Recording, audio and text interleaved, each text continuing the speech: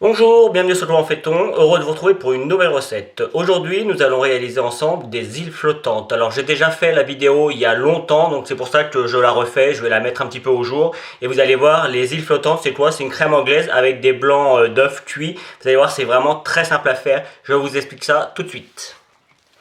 Pour faire la crème anglaise, il est préférable d'avoir un thermomètre. Vous voyez, moi j'ai un thermomètre assez classique, alors je l'ai lavé, j'ai un petit peu d'eau dedans. Mais sur le coup, il est pratique parce qu'il fait aussi office de cuillère, donc ça permet de pouvoir le tenir comme ça, et c'est assez pratique. Maintenant, je vais vous expliquer une petite technique pour si vous n'avez pas de thermomètre et pour pouvoir faire une crème anglaise quand même. Donc, vous avez besoin pour votre crème anglaise d'un litre de lait. Alors là, c'est pour... je dirais un litre de lait, c'est pour environ 6-8 personnes. Hein, sachant qu'en général, la crème anglaise, on n'en met jamais beaucoup. C'est pour accompagner un gâteau ou c'est pour faire de la glace. La crème anglaise a plein d'utilisations. Là, c'est vraiment juste la recette de la crème anglaise.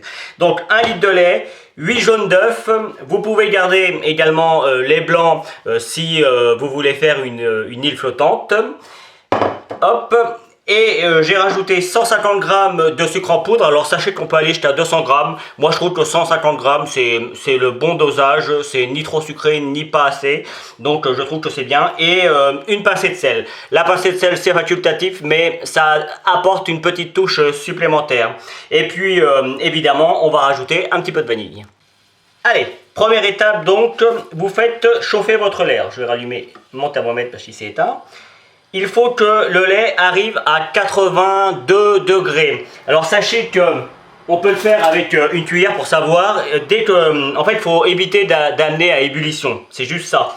Mais vous voyez là, la cuillère, elle n'a pas tellement. Et quand le lait va être à 80 degrés, on le voit mieux quand la crème anglaise est faite, mais ça marche aussi avec le lait. Quand le lait est à 80 degrés, ça va napper votre cuillère. Donc c'est comme ça qu'on voit quand on n'a pas de thermomètre. Moi j'ai un thermomètre, c'est bien plus simple. Donc...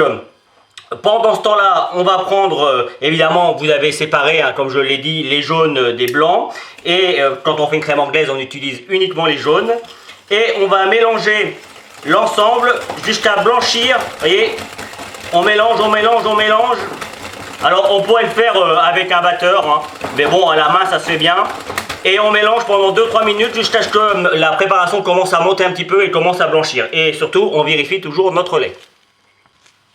Alors, mon lait est à 45 degrés, donc j'ai encore un petit peu de temps.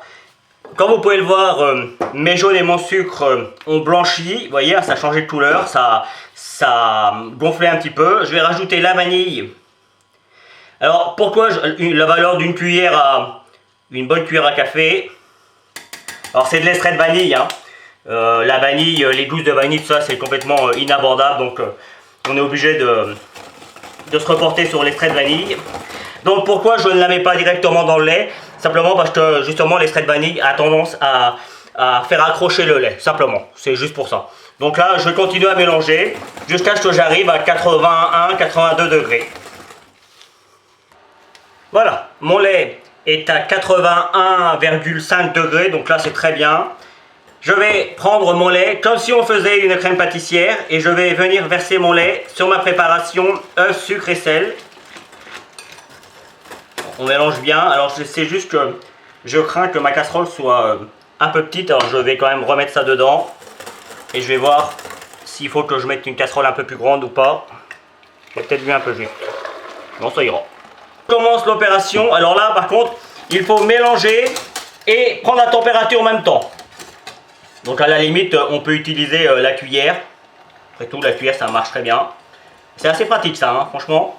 Et là, on recommence l'opération. Il faut que notre crème arrive à 4... Vous voyez, là, je suis à 70. Ça va aller plus vite, puisque là, il y avait quand même une partie de lait qui était déjà chaud.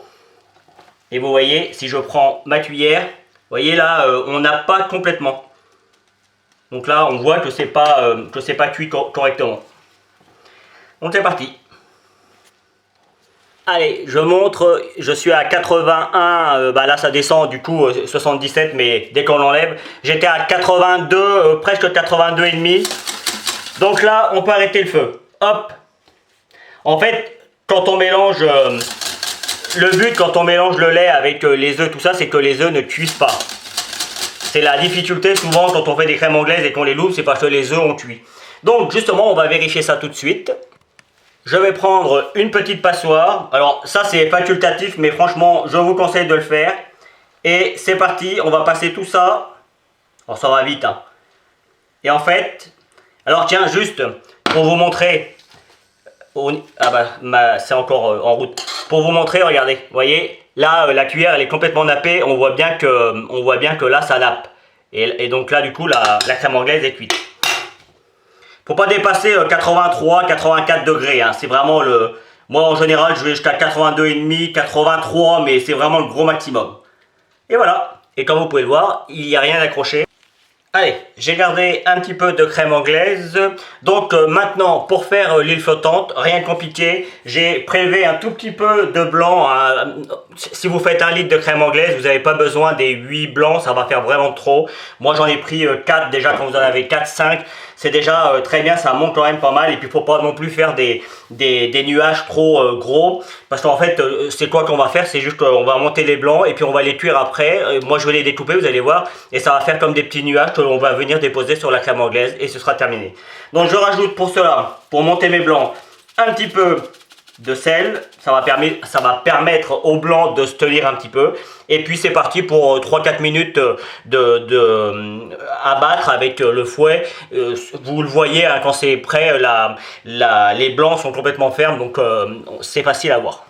Alors, juste une chose que je n'ai pas dite, c'est que évidemment la crème anglaise, on la met pas tout de suite au frigo. Quand elle vient juste d'être faite, on attend. Alors le mieux c'est d'avoir vous mettez des récipients au congélateur vides. Vous le faites, si vous le faites l'après-midi, vous les mettez le matin. Et comme ça, les récipients vont être bien froids. Et quand vous faites votre crème anglaise, vous pouvez verser ça sur les récipients froids. Ça va la faire refroidir plus vite. Parce que là, si vous mettez ça, c'est 80 degrés dans le réfrigérateur ou même le congélateur, il va y avoir une trop grande différence de température et ça risque de gêner la chaîne du froid comme on appelle, et ça risque de faire tourner vos autres ingrédients que vous avez dans le frigo, donc c'est pas une bonne idée. Donc on attend 20, 25 minutes, 30 minutes à température ambiante, on filme s'il y a besoin et de cette manière vous avez le temps de faire les blancs.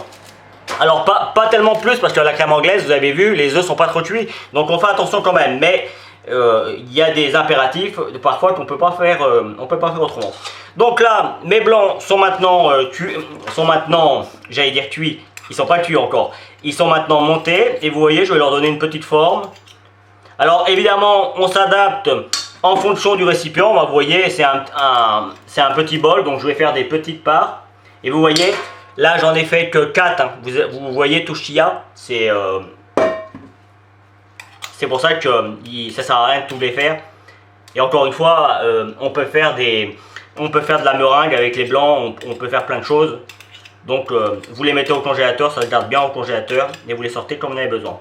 Donc là, voilà. Le but, c'est de faire des petits nuages comme ça.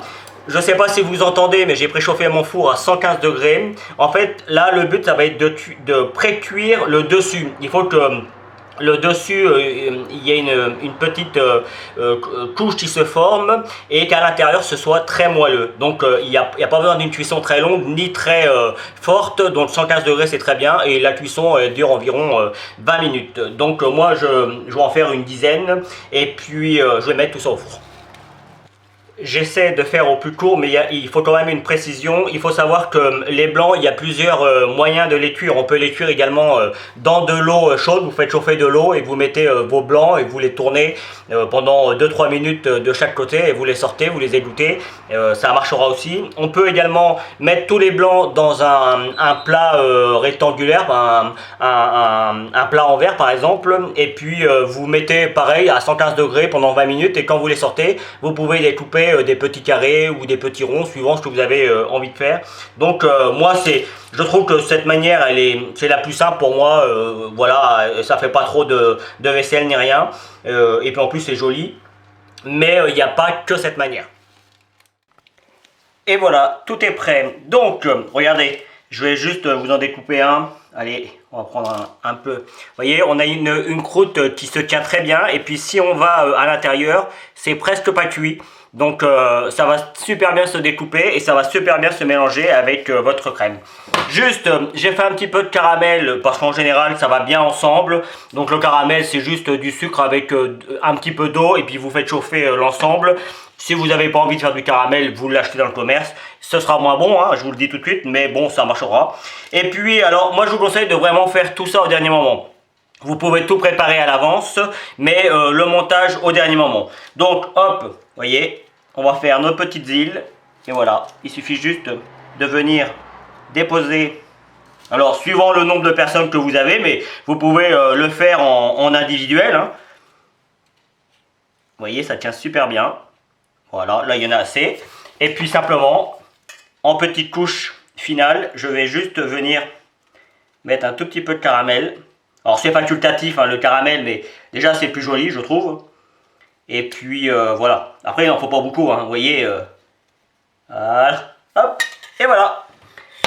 Voilà, vous avez une île flottante qui est très appétissante et je peux vous garantir que ça plaira à tout le monde et comme vous avez pu le voir, c'est vraiment très simple à faire.